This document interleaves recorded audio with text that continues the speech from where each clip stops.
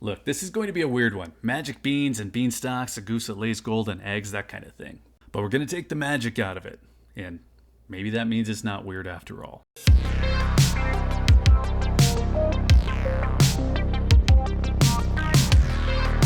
I'm pretty rational about gold and silver. I think that maybe it's even a needed balance because it's really easy to get sucked into people's stories about one evil plan or another, just over and over. You're going to be sorry if you don't have gold or silver, or some reason that maybe silver is going to explode in value. You'll be sorry again if you don't run out and buy a bunch. Now, these stories have gotten so silly and so consistently wrong that I think it's also easy to just take the other side completely and think gold and silver are never going to make me rich. And maybe that's the better view because that's going to keep you rational, but let's slow down here for a minute because I think I can tell you how they can. Before we get back to it, if you're looking for gold or silver, check out SD Bullion. New customers even get gold and silver for spot. It's sdbullion.com/new. So we're going to come at this from two different angles. The first is simply changing some behaviors, getting on a buying schedule with money that you might have otherwise been wasting. You've heard me talk about that before here. We're going to keep that part quick.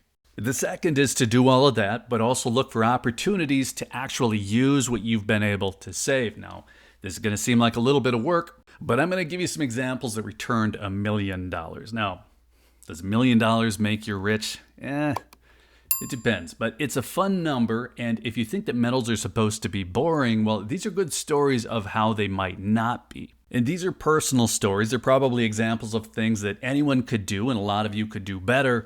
It's not meant as advice. I'm not giving any kind of playbook. I'm just giving a story that I've never told here before.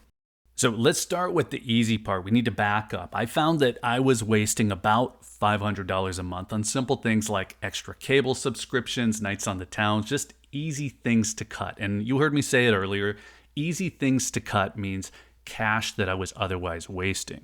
And that part is important because none of the rest of this makes any sense without making that point. And I'm going to come back to it. So I flipped what was otherwise being wasted to a quarter ounce of gold and then a few ounces of silver every month. I also had times where I had extra cash come in that I would flip to gold. So I was saving 6 ounces of gold and about 40 to 60 ounces of silver each year. So 2014 came around, I had a chance to buy a vacation property. We knew we could get it to cash flow, but we needed that down payment for it. That's always the problem. So because I had gold saved, I was able to make a quick sale and make that down payment possible. So to give a little bit more context here, this was a case where we could have figured out a down payment in other ways. So I'm not trying to oversell this story here, but we had enough going on that it would have been really easy for us to just pass on that property. Having the gold, though, enabled it because it just made it easy. So this isn't a get-rich formula. This is just me saying that gold and silver is easier to save, and having that savings gives you new possibilities. It was easier for me to save by buying this stuff than saving everything into a bank account. It was just too easy to constantly draw a bank account down. So I said selling the gold was easy. That's a little bit of a stretch, probably the wrong word, because I hated doing it, but I had it available and I knew I could replace it. So I'm going to give you the details of what I did.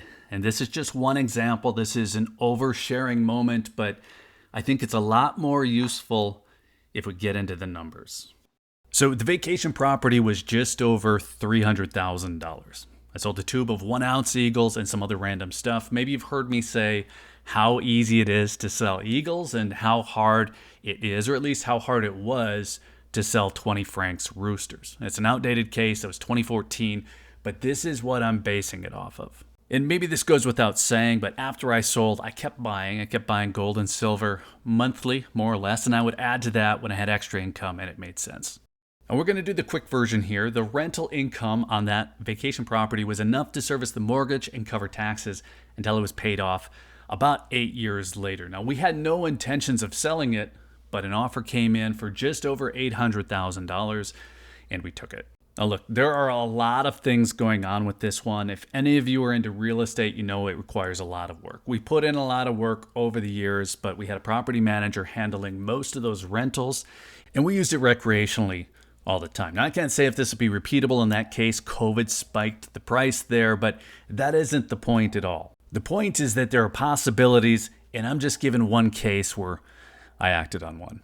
But wait a minute, you said $1 million. Well, during that time and prior to selling the property, I had built up a monster box of silver and then a little bit more. I think I had about 550 ounces. Now, I've mentioned parts of this before, but not all of it.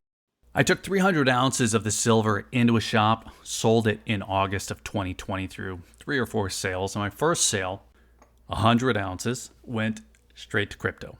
I didn't see that coming, did you? Well, maybe you did. I bought some Bitcoin, I bought some ETH, and I think I've told this part of the story. Bitcoin was trading somewhere around 11,500. ETH was around $385. Now, I wasn't comfortable dropping thousands of dollars into something like that. I didn't know anything about it at the time, but I was okay trading for it. And shortly after that, got to know it a little bit better. I sold 200 ounces more of the silver, and I bought some more Bitcoin and a few alts. So I sold the rest of the silver during the first and the second silver squeezes, and I more or less did it again.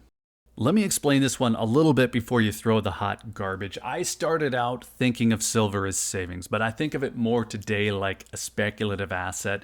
And in terms of physical, the premiums on it made me think that it was time to try something else. I didn't make anything on the silver itself in those initial sales because I bought enough in 2011 to come out about even 10 years later. But having the capital saved up in something that I saw as an asset that I'd almost written off made it easy to try other things, other speculations. And look, I don't like telling the crypto story for 2 reasons. The first is that it's just so volatile and I don't understand it well enough to say if it's going up or if it's going down. And the second part is that, man, I had plenty of losses in that category myself. I parlayed some of my gains that I'm talking about here from ETH into DeFi, and I got wrecked there. I'm still waiting for that Lambo. So we could look at this part of the story like turning $12,000 in silver into a lot more, easily 10 times more, by first saving and then selling that silver. Or we could wreck this story, follow that through to its final form, and probably just point and laugh at me because I am currently holding the bag on a lot of it. But let's look past that last part and just keep going. Leaving it in there, still not $1 million. So 810 on the property, 120 on crypto. That's about $930,000. But through the boring side of things, I stacked 6 ounces of gold a year for about 10 years. And that was through scheduled purchases, again, diverted from wasteful spending. So 60 ounces of gold today is worth $145,000. So $1,075,000. So now for the comments. Maybe I just write some of them for us because we can pick all of this apart. We can say that I can't act like the gold and the silver was free, even though it was, if you consider that I wouldn't have anything today that I would have otherwise purchased with that money. And we can compare it to other investments that I could have made also. But again, I wouldn't have had that capital and I just wouldn't have made them. So it wouldn't even be fair. The only thing that would be fair to say here is that the end result of the initial savings in gold and silver, the property deal, the crypto long shot, and that ongoing savings has added up to more than $1 million. And that's pre-tax. Of course, the only thing that nobody can dispute is that the tax man got his cut. So this is for the naysayers of gold and silver telling us that it's a waste. It's me saying that saving might actually be the most important part here, but it doesn't have to be the only part. You can also use the gold and silver. Now, this is an uncomfortable thing. You make some money talking about it, just kind of feels wrong. But I think this is a better story than the ones the doomers are telling us that get us to do what? Just sit around and wait for a moonshot? And who knows, maybe it'll come. But that doesn't mean that we have to sit on our hands and wait. Now, I don't expect this stuff to sprout a beanstalk or be able to buy a city block someday. I just expect it to give me options. Now, before we close this down, I want to say just a few more things. There wasn't any magic in any of my timing. It wasn't about selling at the perfect time. It wasn't about buying something else at the perfect time. I had slight net losses on both the gold and the silver at the time of those sales. Part of this whole thing, that's not going to seem smart. Now, that was a simple case of seeing another opportunity, though, that required some capital, and it was about being able to jump on it because I had that option to do that. So the strategy's the same. I'm continuing to buy metals. If I need the capital for something special in the future and I have the ambition or the motivation to put some work into it also, maybe I'll consider selling it again. If not, my kids will get that chance. But for anyone out there saying gold and silver are dumb, the Dave Ramsey's saying we're morons, I would say you aren't looking at the whole picture. I just gave a case where somebody of average intelligence took a moronic habit and turned it into $1 million and counting. Let's call it good there. Let us know what you think. Will gold or silver make you rich? I'd love to see your take. Let us know in the comments. And then while you're there, be sure to hit that like button if you found any of this interesting. Be sure you're subscribed with notifications turned on if you want to hear more on the topic. And if you're still here, thanks again for watching. I always appreciate your time. Take care.